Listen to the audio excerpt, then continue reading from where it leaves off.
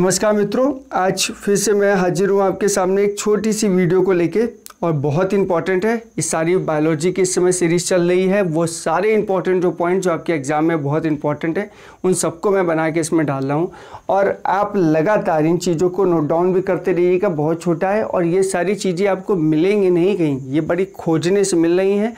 और आप ये समझ लीजिए कि अगर एग्ज़ाम में इनसे रिगार्डिंग एक भी क्वेश्चन आएगा तो जिन्होंने पढ़ा होगा बस वही कर पाएंगे, इस बात को समझ लीजिएगा और आप खुद महसूस कर पा रहे होंगे।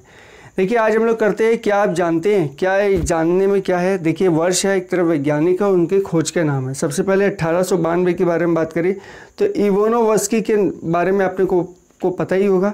तंबाकू में मोजेक का कारण विषाणु को बताया था इन्होंने कहा था जो मोजेक है वो विषाणु की वजह से होता है 1892 में। हालांकि सन इतना इंपॉर्टेंट नहीं है, लेकिन ये आप देख लीजिएगा क्या क्या इंपॉर्टेंट है। जैसे बिजरिंग है वो पादक रस को जीवित तरल संक्रामक कहा जाता है। गॉरेनस पाश्चर है जो कि स्मॉल पॉक्स के विषाणु के लिए थी। रीड जो थे वो पीत ज्वार के लिए से संबंधित थे।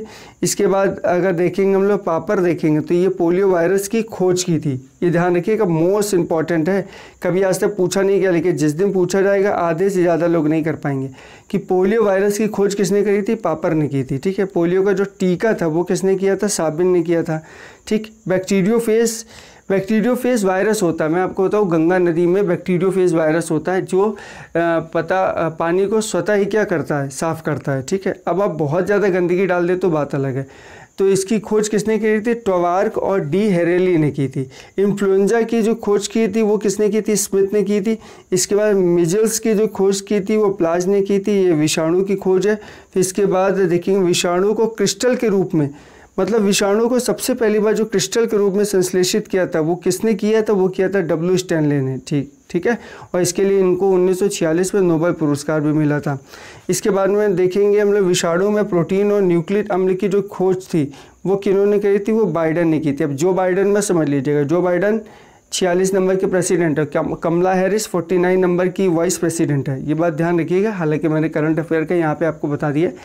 देखिए जो भी चीज़ आपको मिल रही है ना वो एक्स्ट्रा ही है। ये मत समझिए कि बायोलॉजी चल रही तो सिर्फ बायोलॉजी की ही बात होनी चाहिए, नहीं। अगर करंट अफेयर का कोई भी माइंड में टॉपिक आता है तो आप डिस्कस भी कर सकते हैं, मैं भी डिस्कस कर सकता हूँ और आप उसको लिख भी सकते हैं। ठीक है, कमेंट में।